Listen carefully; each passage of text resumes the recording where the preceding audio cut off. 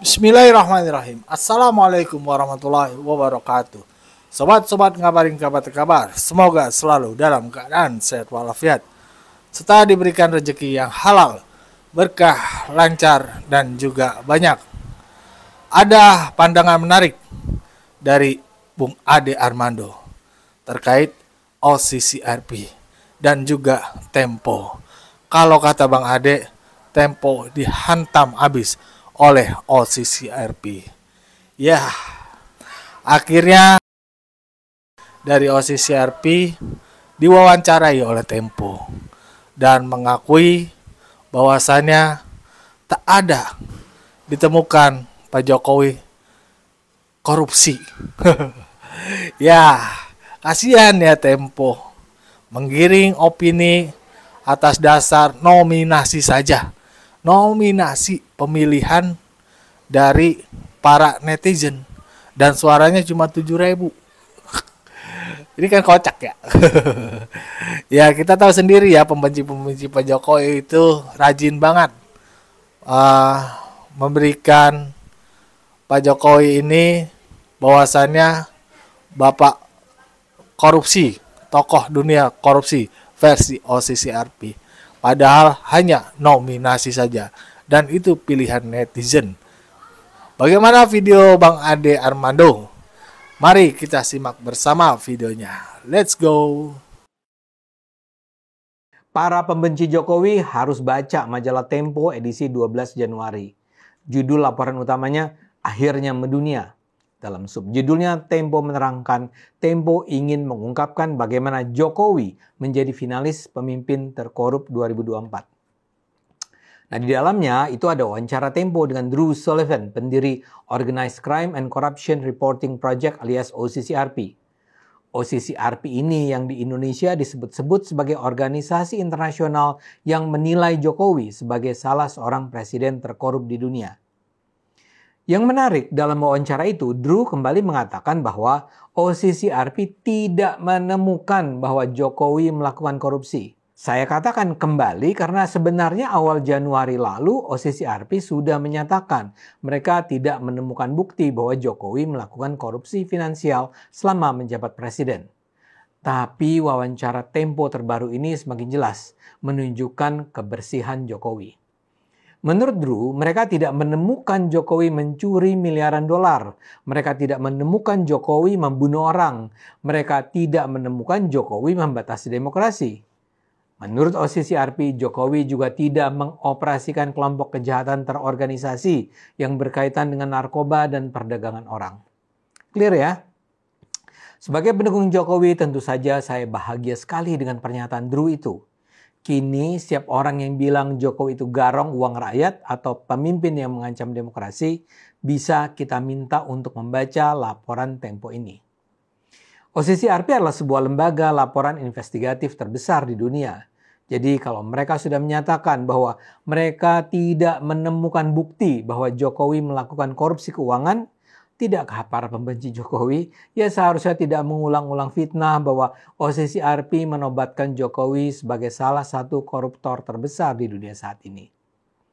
Tapi kalau sebenarnya OCCRP menganggap Jokowi bersih dari tuduhan korupsi, mengapa mereka tetap menempatkan Jokowi sebagai salah satu finalis pemimpin korup di dunia? Drew juga menjelaskan masalah ini kepada wartawan Tempo. Dia menjelaskan bahwa Jokowi dimasukkan sebagai finalis pemimpin korup berdasarkan suara publik. Ada banyak yang memilih dia, kata Drew. Jadi nama Jokowi masuk dalam daftar finalis bukan karena penilaian OCCRP. OCCRP itu mengundang pembaca dari seluruh dunia untuk memasukkan nama-nama yang dianggap sebagai pemimpin terkorup. Ada 55.000 netizen mengirimkan nama nominasi. Ini menurut Drew adalah jumlah nominasi terbanyak dibandingkan tahun-tahun sebelumnya. Yang terbanyak dinominasikan tahun ini adalah Presiden Kenya dengan 40.000 suara. Baru kemudian Jokowi dengan 7.200 suara. Apakah 7.200 suara itu adalah suara para ahli dari OCCRP? Ya tentu saja bukan. Itu adalah suara netizen yang saya duga datang dari Indonesia. Jadi nama Jokowi muncul dalam daftar finalis pemimpin terkorup karena ada 7.200 orang Indonesia mengirimkan nama Jokowi. Untungnya OCCRP tidak begitu saja menggunakan daftar nominasi berdasarkan suara netizen itu. Tapi bagaimanapun, ya sebagai bentuk transparansi dan akuntabilitas mereka, OCCRP merasa harus memuat nama Jokowi sebagai salah satu finalis.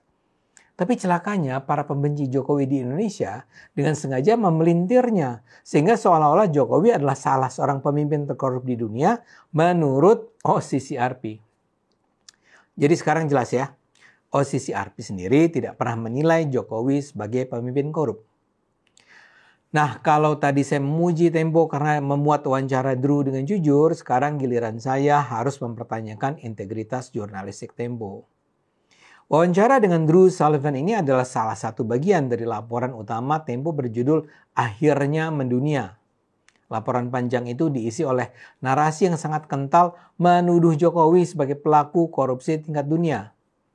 Serangan terhadap Jokowi itu paling terasa di editorial mereka. Sejak awal tulisan, Tempo menyayangkan mengapa masyarakat Indonesia tidak memprotes OCCRP karena tak menempatkan Jokowi di urutan teratas tokoh kejahatan terorganisasi dan korupsi tahun 2024. Bayangkan, Tempo minta kita memprotes lembaga internasional itu hanya karena OCCRP tidak menganggap Jokowi pemimpin terkorup di dunia. Seperti saya katakan, OCCRP tidak pernah menyebut Jokowi korup, apalagi terkorup. Yang ada adalah daftar nama-nama pemimpin yang dinominasikan sebagai pemimpin korup dunia oleh pembaca atau netizen, tapi bukan oleh OCCRP. Dalam editorial itu, Tempo juga menyebarkan kabar bohong tentang Partai Solidaritas Indonesia (PSI) yang ketua umumnya adalah putra Jokowi, Kaisang Pangarep. Tempo misalnya menyatakan, PSI menekan sejumlah media agar mencabut berita tentang OCCRP. Sayangnya Tempo tidak menyebut media mana yang mengaku ditekan PSI. Tapi karena saya adalah anggota PSI, saya bisa dengan tegas mengatakan, ini jelas bohong. Kaisang itu sama sekali tidak memberi instruksi apa-apa.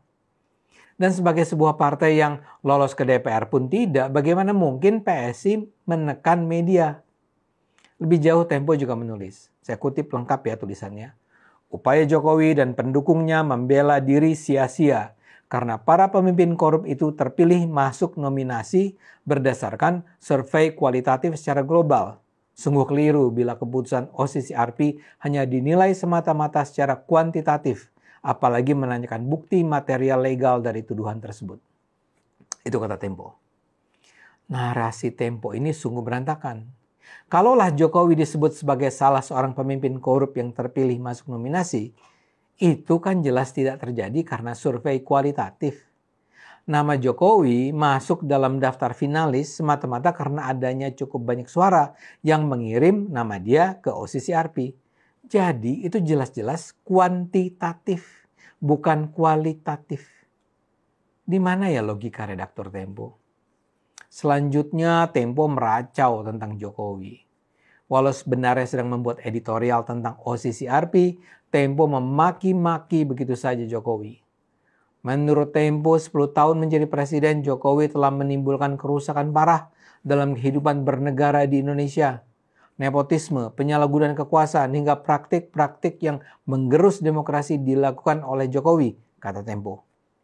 Itu semua, tulis Tempo, terjadi lewat kecurangan pemilihan umum. Seperti sebuah pamflet propaganda, Tempo menyebut pemilu 2024 sebagai pesta demokrasi terburuk sepanjang sejarah Indonesia setelah reformasi. Tempo menuduh Jokowi merusak lembaga penyelenggara pemilu demi menguntungkan anaknya, Gibran Rakabuming Raka yang kini menjadi wakil presiden.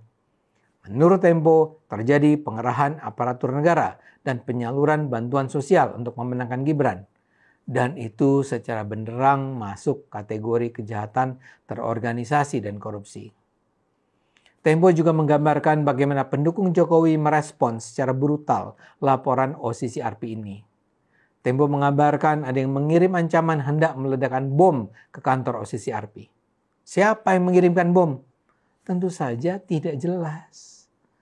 Saya sengaja menjelaskan secara cukup detail isi laporan Tempo ini untuk menunjukkan betapa buruknya dan memalukannya serangan mereka ke Jokowi. Tempo menulis begitu saja semua cercaan mereka terhadap Jokowi tanpa merasa perlu menampilkan bukti-bukti tentang apa yang disebut sebagai kejahatan terorganisir dan korupsi oleh Jokowi. Kebencian Tempo terhadap Jokowi terbaca di seluruh laporan mereka. Tapi alih-alih melahirkan laporan berkualitas, Tempo hanya tampil seperti sebuah buletin amatir yang sekedar berisi maki-makian pada Jokowi. Rasanya Tempo perlu sekali berbenah diri agar bisa terasa manfaatnya bagi kita semua. Bila Tempo tidak memperbaiki diri, mereka hanya akan menjadi media penuh sensasi dan provokasi yang sama sekali tak berarti. Ayo gunakan akal sehat, karena hanya kalau kita gunakan akal sehat, Indonesia akan selamat. Ayo gunakan akal sehat, karena dengan akal sehat Indonesia akan selamat. Mantul, Bung Arde. Ya, kebenaran memang harus kita sampaikan. Kebenaran tuh belum tentu saja dari Tempo doang.